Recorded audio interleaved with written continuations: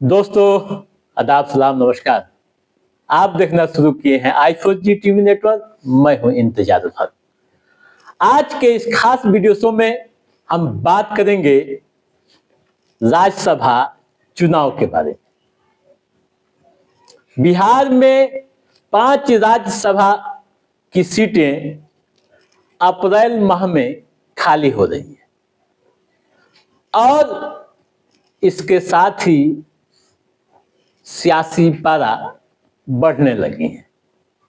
चुनाव में भले ही 3 से 4 माह का समय जरूर है, लेकिन अभी से ही सियासी घमासान मचता दिख रहा है।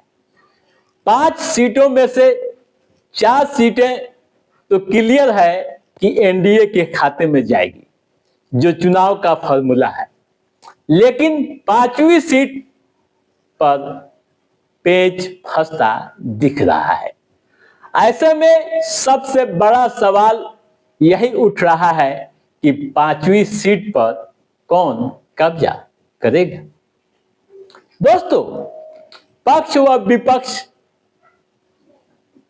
की ओर से अलग अलग दावे किए जा रहे हैं। उम्मीदवार यानी दावेदार कई हैं जो सामने आने लगे। पहले एनडीए की बात कर लें, फिर महागठबंधन की बात करेंगे। कौन कौन बड़े दावेदार हैं 5वीं सीट के लिए। दोस्तों, एनडीए की ओर से पहला नाम चिराग पासवान का आता है। चिराग पासवान अपनी मां को यानी रीना पासवान को राज्यसभा भेजने के लिए पूरी प्लानिंग में लगे हुए हैं।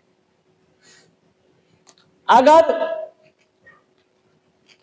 रीना पासवान राज्यसभा में जाती हैं तो एक बड़ा संदेश देने की भी कोशिश इसके माध्यम से होगी।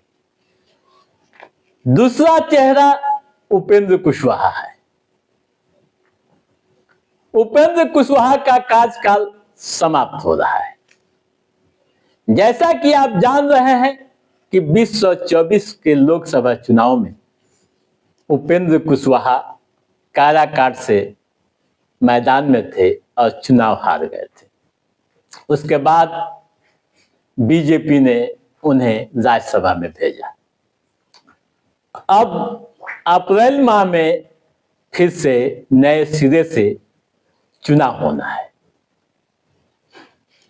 उपेंद्र कुशवाहा भी दावेदारी ठोकने लगे हैं, जैसा कि खबरें आ रही है। तीसरा नाम भोजपुरी के सुपरस्टार पवन सिंह का भी है। दोस्तों, बीजेपी के सियासी गलियारों में चर्चा यह भी हो रही है, आधिकारिक तौर पर जानकार यह भी कह रहे हैं कि अगर उपेंद्र कुशवाहा को फिर से राज्यसभा में भेजा जाता है तो फिर एक बड़ा मामला सामने आ सकता है, यानी परिवारवाद का। जैसा कि आप जान रहे हैं कि उपेंद्र कुशवाहा ने अपने बेटे दीपक कश्यप को मंत्री बना दिया है। उपेंद्र कुशवाहा की पत्नी भी विधायक हैं। उनके 3 विधायक अभी बागी तेवर में दिख रहे हैं।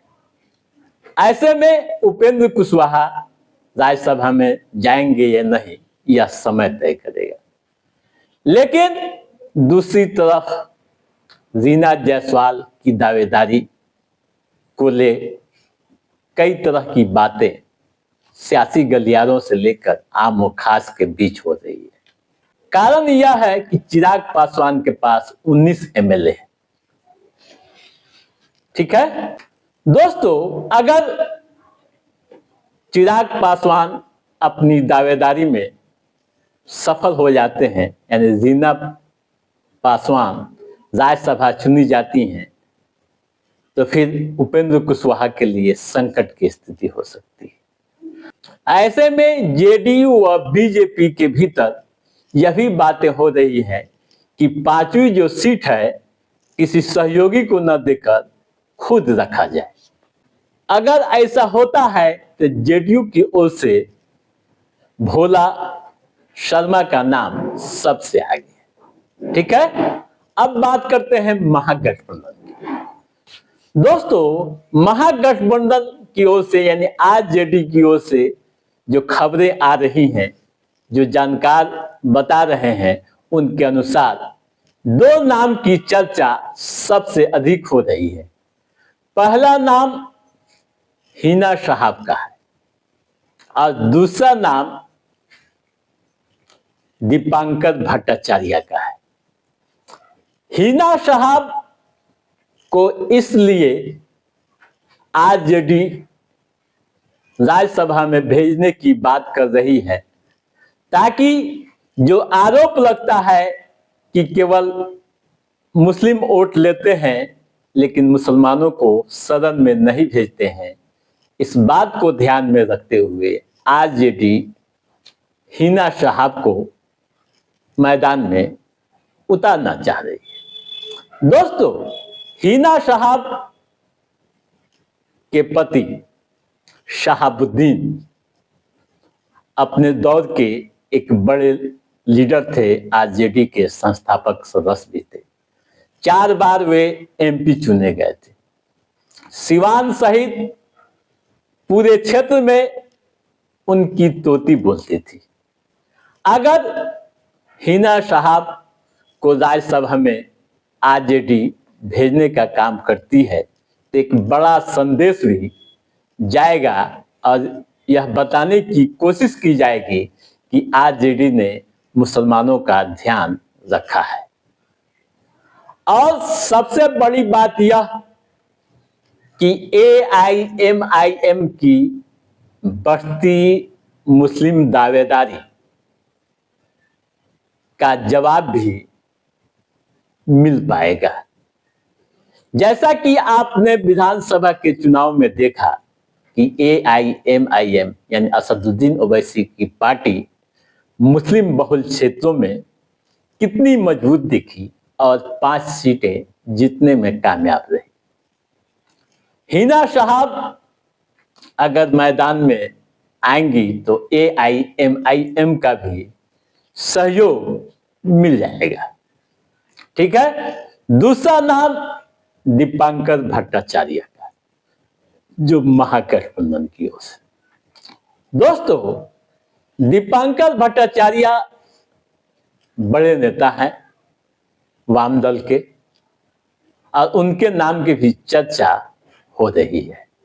कहा यह भी जा रहा है कि दीपांकर भट्टाचार्य को राज्यसभा में महागठबंधन इसलिए भेजना चाहती है कि आने वाला समय जो वोट बैंक है उसका और बेहतर हो सके।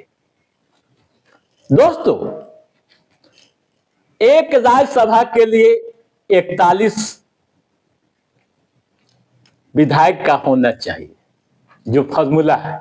ऐसे में एनडीए के विपक्षी दलों की बात करें तो कुल मिलाकर 41 विधायक हो जाते हैं। अगर तेजस्वी प्रसाद यादव व उनकी टीम पूरी ईमानदारी के साथ अगर हिना साहब के लिए काम करती है, यह सीट निकलना कोई मुश्किल बात नहीं है।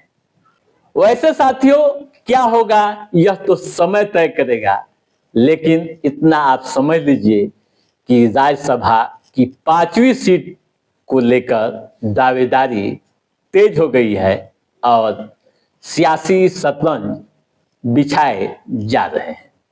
तो दोस्तों, आज के इस एपिसोड में बस इतना ही। कैसा रहा हमारा ये एपिसोड, आप लाइक और कमेंट करके हमें जरूर बताइएगा।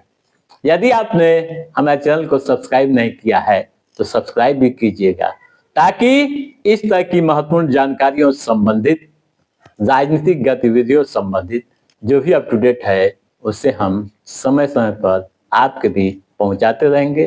तब तक आप अपने दोस्त को दीजिए इजाजत। नमस्कार।